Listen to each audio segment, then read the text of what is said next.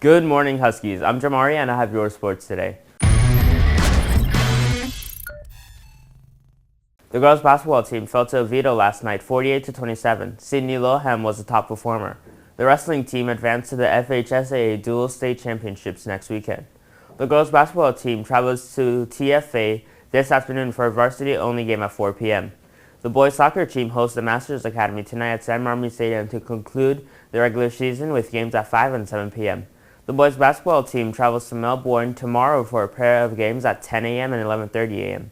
Trials for the boys' lacrosse team will take place on the lower practice field next week Wednesday through Friday from 4 to 6 p.m. Trials for the girls' lacrosse team is next week Monday and Tuesday from 3:45 to 6 p.m. on the upper practice field.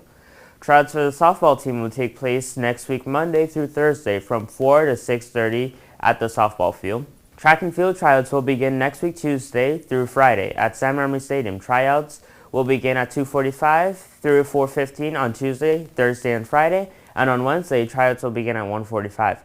All participants must be cleared through the athletic department. If you have any questions, you can stop by Coach Mock's room during break or after school in 7214. Don't miss out on your chance to meet with Herf Jones to order your Letterman jacket on January 23rd at 5 through 7 p.m. in the group's projects room. That does it for sports today. Now back over to Easton for News Now. Thank you guys so much. I'm Easton and I have your news now. Seniors, if you're a PTSA student member, you can now apply for several scholarships that are available. Deadline to apply for a scholarship is March 24th. On January 25th, come out to the Sanford Airport for the opportunity to build connections with those who work in the aviation and aerospace industries, and even the chance to fly in an airplane. On the 29th, during both lunches, it's going to be Informed by the Uniform, where you'll be able to connect with first responders in policing, fire, EMT, and military personnel. Also on the 29th, during 6th, come out to the Media Center and learn about options in the medical field from Advent Health University. February 21st and March 10th are going to be Seminole State application days during both lunches, where you can apply to Seminole State on the spot. And Trio Connections is also going to be there. On March 4th, during 4th period in the Media Center, you can learn about awesome opportunities available through the Seminole State Honors Program. Students who want to be on the World Languages Festival team for ASL should come to practice Tuesdays, Thursdays, and Fridays with Miss Wilkin Yoder from 2:30 to 3:30. The event's going to be all day, Saturday, February 8th, and we need students from all levels. The Muslim Student Association is meeting Tuesday, January 21st in Miss McGowan's room, 3-211, and all are welcome to attend. There's also going to be snacks there.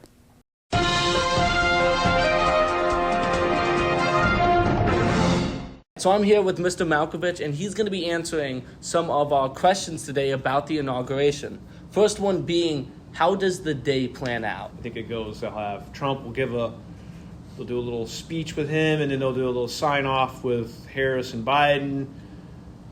That's kind of starts there. And like I said, I'm going kind of off the cuff. This is kind of I'm pretty sure it happens. And then they'll make their way to, they have like 3 different parties going on along the time, too, that the president will have to make stops at. But they'll go to the Capitol, then they'll have like a little parade with the troops and to meet the troops, and then they'll ultimately make their way to the White House. They'll have like a little signing ceremony in the president's office, the Oval Office, and then kind of go from there. And then they, like I said, there's different inauguration parties throughout the day. So every president basically has the nuclear codes. What happens in that in-between time with the nuclear codes? So Biden obviously will have it. I think Trump will get them the night before, but Biden will have them up until like noon of the day, and then they will pass off. And this is something that we learn in all of my classes that I teach with government. The football, which is the bag that holds the nuclear codes, will be,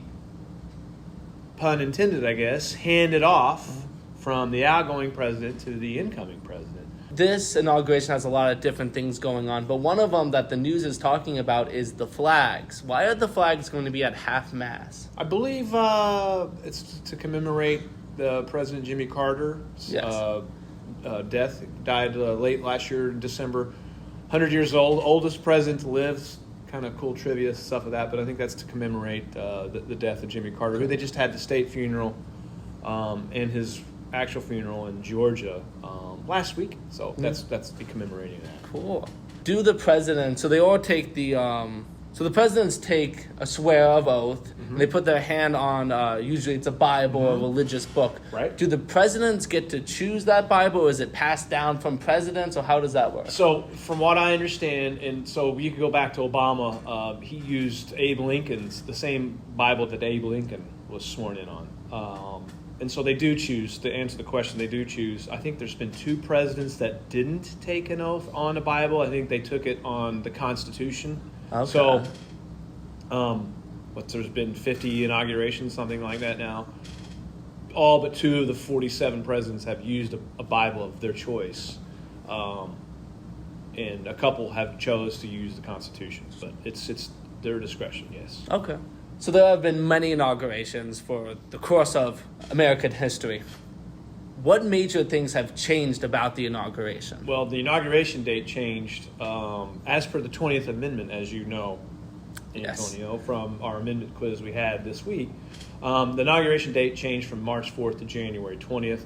And if that date is on a Sunday, then it'd be January 21st. So the date has changed. I do know that what has changed with the outside aspect of it, going back to William Henry Harrison, who gave the longest inauguration speech, but unfortunately for William Henry Harrison, he contracted pneumonia soon after and died a month after giving his inauguration. So I think their time outside in D.C. has definitely changed. They're kind of quick in and out and kind of move on and get to the inside ceremonial aspects of the inauguration. Okay. What happens after the inauguration? So that day? That day. So that day, like when they're outside, so they have a couple other ceremonial things. The president will meet with the military. I think it's like the commander-in-chief, maybe the commander-in-chief ball. They meet in the Oval Office. There's a signing ceremony where the transition from the outgoing president to the incoming president.